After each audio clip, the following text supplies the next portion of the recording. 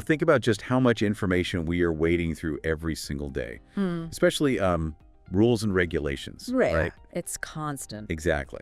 Yeah. Whether you're like trying to get permits for work on your house or understanding new rules for your 401k or maybe figuring out compliance for a small business you run, it can just feel like this endless maze. It really can. Complex and often costly. Right. But what if there was a really bold new approach?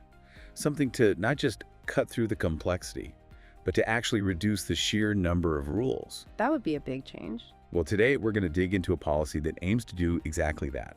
It's called Unleashing Prosperity Through Deregulation. It's an executive order designed to fundamentally shake up how federal regulations are managed. That's right. And we're basing this deep dive on a pretty significant document, Executive Order 14192, signed by President Trump earlier this year, published in the Federal Register. We're really going to try and unpack the what and the why behind it. Yeah, our mission here is to break this down into, clear everyday language. We want to focus on what it could mean for you, whether you're working, running a business, maybe raising a family, or honestly, just curious about how government policy actually hits the ground in daily life. Makes sense. Okay, so let's unpack this. Let's do it. So the order kicks off right away, stating its purpose. And the language is pretty strong. It describes the problem as federal regulation becoming an ever-expanding morass. Yeah, morass is a key word there, like a swamp, basically. Exactly, like this huge tangled mess that just keeps growing. Yeah. And the order argues it adds massive costs, holds back the economy, stifles innovation, even makes the U.S. less competitive globally. And that idea of a morass, it's important to understand, isn't just about the formal laws passed by Congress or the big regulations everyone knows about. Oh, what else does it include? Well, the order points out that agencies put out all sorts of things: memos, administrative orders, guidance documents, policy statements, even agreements between agencies. And often, these things don't go through the standard process, the Administrative Procedure Act, or APA. Right, the APA, that's usually the public notice and comment period we hear about. Exactly. So when rules or guidance bypass that, they can be, much harder for people and businesses to even find, let alone comply with. It adds hidden layers of complexity. This order tries to bring all of that under the umbrella. Okay, so if the problem is this huge, sprawling morass, what's the main solution the order proposes? How do they plan to untangle it?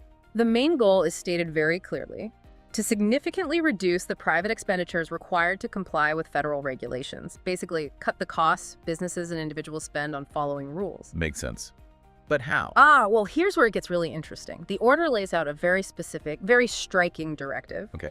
It says that for each new regulation issued, at least 10 prior regulations be identified for elimination. Wait, 10? 10 old rules out for every single new one? 10 for 1. That's the concept. Wow. That is incredibly ambitious. What's the thinking behind such a high ratio? Well, the order frames it as a way to manage and control costs. They call it a rigorous regulatory budgeting process. Like a budget for rules. Sort of, yeah. Think about how a family or maybe a business manages its budget. If you want to add a significant new expense, you often have to find places to cut back elsewhere, maybe even multiple smaller things. Right, you have to make room for it. Exactly. This applies that idea to government regulations. Agencies wanting to issue a new rule have to effectively pay for it by finding 10 old ones to get rid of. The goal is to force a net reduction in the overall regulatory burden. Okay, that framing makes sense. And I guess the overall policy section just reinforces that idea. Prudence, financial responsibility. Yeah, Section 2 policy basically reiterates that goal: prudence, responsibility, and lifting unnecessary regulatory burdens off the American people. Okay, so let's get into the mechanics. How does this 10-for-1 rule actually work day to day?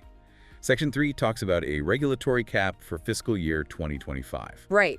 This section lays out the initial requirements. First, like we said, when an agency proposes or finalizes a new regulation, they have to list at least 10 existing ones they plan to repeal. Okay, that's step 1. Step 2, for this fiscal year, 2025, the total cost impact of all new regulations, even after you subtract the savings from the repealed ones, must be significantly less than 0. Significantly less than 0. That phrase, again, it sounds Very emphatic. What does that actually mean in practical terms? Were we talking a specific percentage reduction or? That's a great question, and the order doesn't define it numerically. It seems to mean the net effect has to be a clear, measurable decrease in compliance costs for the private sector overall, not just breaking even, but actively cutting costs. How the director of the Office of Management and Budget, the OMB, interprets and measures significantly will be absolutely crucial. Okay, so it's a target for cost reduction. Yes. And third, any new costs from those new regulations have to be offset by cutting existing costs from those 10 or more repealed regulations as much as the law allows. This sounds like a huge accounting job. Tracking costs, savings across dozens of agencies. How do they possibly coordinate all that? You're right, it's a massive undertaking. That's where the OMB director really comes in. Section 3 gives the director the job of setting up the detailed guidance. Like the rule book for the rule cutters. Pretty much, yeah. Yeah. They have to standardize how agencies measure regulatory costs, which is hard enough on its own. They need to define what counts as new versus offsetting, figure out the cost savings of regulations being eliminated, handle costs that span multiple years. They also need to figure out how to deal with situations where savings from one rule might offset costs from another rule in a different agency, or where costs and savings happen at different times. And importantly, identify situations where waivers might be needed, like, genuine emergencies. So OMB becomes the central nervous system for this whole process. Absolutely. It's a huge expansion of their oversight role in day-to-day regulation. And this isn't just for 2025, right? Section 4 talks about annual regulatory cost submissions. This is meant to be ongoing. Exactly. Starting with fiscal year 2026, it becomes an annual process. Agencies will have to keep identifying offsetting regulations for any new ones that add costs and estimate the savings or costs for everything. And there's something about an agenda. Yes, the Unified Regulatory Agenda. All regulations approved by the OMB director have to be on this public agenda. Agencies generally can't issue anything not on the approved agenda unless the director signs off first. So tight control. Very. And maybe the biggest piece. The OMB director will set an annual total incremental cost allowance for each agency as part of the budget process. Think of it like a regulatory spending cap. An actual budget limit for how much new regulatory costs an agency can impose. That's the idea. This allowance could even require an agency to reduce its overall regulatory cost burden in a given year, or it might allow a small increase, all depending on the director's decision. It gives OMB a powerful lever. So what does this all mean for us, for the listener? It sounds like a really sustained top-down effort to force agencies to constantly look for ways to cut regulatory costs. Could impact businesses, big and small, quite significantly over time. That seems to be the intended effect, yes. Streamlining and cost reduction. Now, you mentioned earlier that this applies broadly. Section 5 definition seems critical here. How exactly do they define regulation or rule? It's incredibly broad, as you said. It's not just formal laws or major rules. It explicitly includes agency statements, guidance documents, memoranda, administrative orders, policy statements, interagency agreements, basically almost any formal or informal action an agency takes that might impose costs. And the key part. The key part, and we touched on this, is that this definition applies regardless of whether the same were enacted through the processes in the Administrative Procedure Act. So it sweeps in all that informal guidance and interpretation stuff that might not have gone through public comment. Precisely. That's what makes its potential reach so significant. It casts a much, much wider net than just looking at formal APA rulemaking. Okay, given how broad that is, are there things that are excluded? Any carve-outs? Yes, there are some important ones. Section 5 lists them out. Regulations dealing with military, national security, homeland security, foreign affairs, or immigration functions are generally excluded. Makes sense. Those areas often have unique needs. Right. Also excluded are rules that are purely about internal agency organization, management, or personnel. HR stuff, internal processes. Okay. Anything else? And finally, the OMB director has the power to exempt other specific regulations or categories, especially if they impose only minimal costs or burdens on the private sector. So, like, really minor procedural rules probably wouldn't trigger this massive 10-for-1 review. That seems to be the intent, to focus the heavy lifting on rules with significant impact while carving out sensitive areas and potentially very minor administrative stuff. It's interesting how comprehensive the inclusion is, but also how specific the exclusions are. Yeah, it shows a lot of thought went into the scope. Yep. Okay, so moving on to Section 6, implementation. This is where the OMB director gets their marching orders, right? Exactly. The director is charged with making all of this happen. issuing guidance for the 10-for-1 rule, refining that definition of rule regulation, figuring out how to estimate the costs, and ensuring agencies still comply with the APA and other laws where they apply. It is a huge mandate. It is. And there are two specific, maybe slightly technical policy changes mentioned here that are quite revealing. What are those? First, the order revokes a relatively new OMB circular A4, that was issued in November 2023, and it reinstates an older version from way back in 2003. Why does that matter? What's Circular A4? Circular A4 provides the official guidance for how agencies conduct regulatory analysis, basically, how they study the costs and benefits of proposed regulations. Changing the guidance like this, reverting to an older version, signals a pretty significant shift in the underlying philosophy of how the government is supposed to evaluate the economic impact of its rules. Okay, so it changes the methodology. The second change. The second change reinstates a specific memorandum of agreement between the Treasury Department and OMB from back in April 2018. This agreement deals specifically with how OMB reviews tax regulations issued by Treasury and the IRS.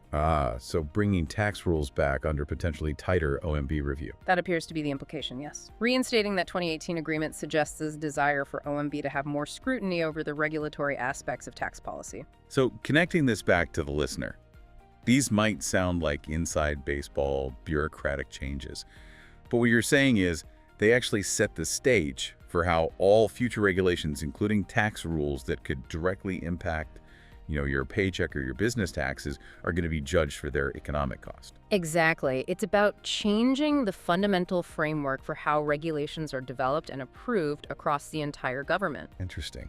And just a quick practical side note for anyone looking this up, the Federal Register website itself, federalregister.gov, actually notes that it's a prototype and not the official legal version. Oh, really? So you can't rely on it for legal purposes? Well, it's a great resource for finding things quickly, but for official legal verification, you still need to check the official PDF version, which you can find on govinfo.gov. Just a good reminder to always double-check the authoritative source. Interestingly, though, this particular document got a lot of attention, over 48,000 page views on the prototype site pretty quickly. Shows the level of interest. Definitely high interest. Okay, one last important piece. Section 8, general provisions. There's a clause in there, 8C, that says something like, this order doesn't create any right or benefit that someone can sue the government over. Right. It says, this order is not intended to and does not create any right or benefit, substantive or procedural, enforceable at law or in equity by any party against the United States. What does that mean in plain English? Basically, it means that while this order sets out very clear instructions and policies for federal agencies and the executive branch, it's an internal management directive. You, as an individual or a business, can't go to court and sue the government specifically because you feel they didn't follow the 10-for-1 rule in a particular instance or didn't meet the significantly less than zero cost target. So it directs the government's actions, but it doesn't give citizens a new legal tool to force compliance with this specific order. That's right. It sets expectations for government behavior, but doesn't create new enforceable rights for the public in court based solely on this order itself. Got it. Okay.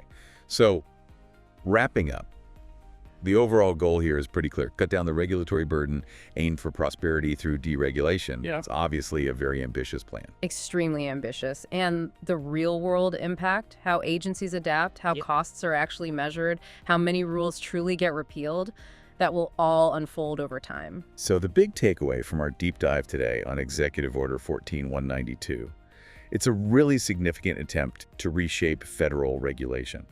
The headline grabber is that 10-for-1 rule, coupled with strict regulatory budgeting, all aimed at cutting compliance costs. And the stated goal, from the administration's perspective, is to free up private resources, money, time, effort that are currently spent on compliance, hoping that frees them up for innovation, investment, and economic growth, reducing the burden on individuals and businesses. So here's something to think about as you go through your week. Consider the kinds of regulations you bump into. Maybe it's licensing for your job, environmental rules affecting your community, workplace safety standards, even the forms you fill out for government services. Now try to imagine the potential effects, the good and the bad, if for every new rule introduced in those areas, 10 older ones had to be removed. What practical impact might a policy like that actually have on the specific parts of your life where government rules play a role? It's a fascinating question with potentially complex answers.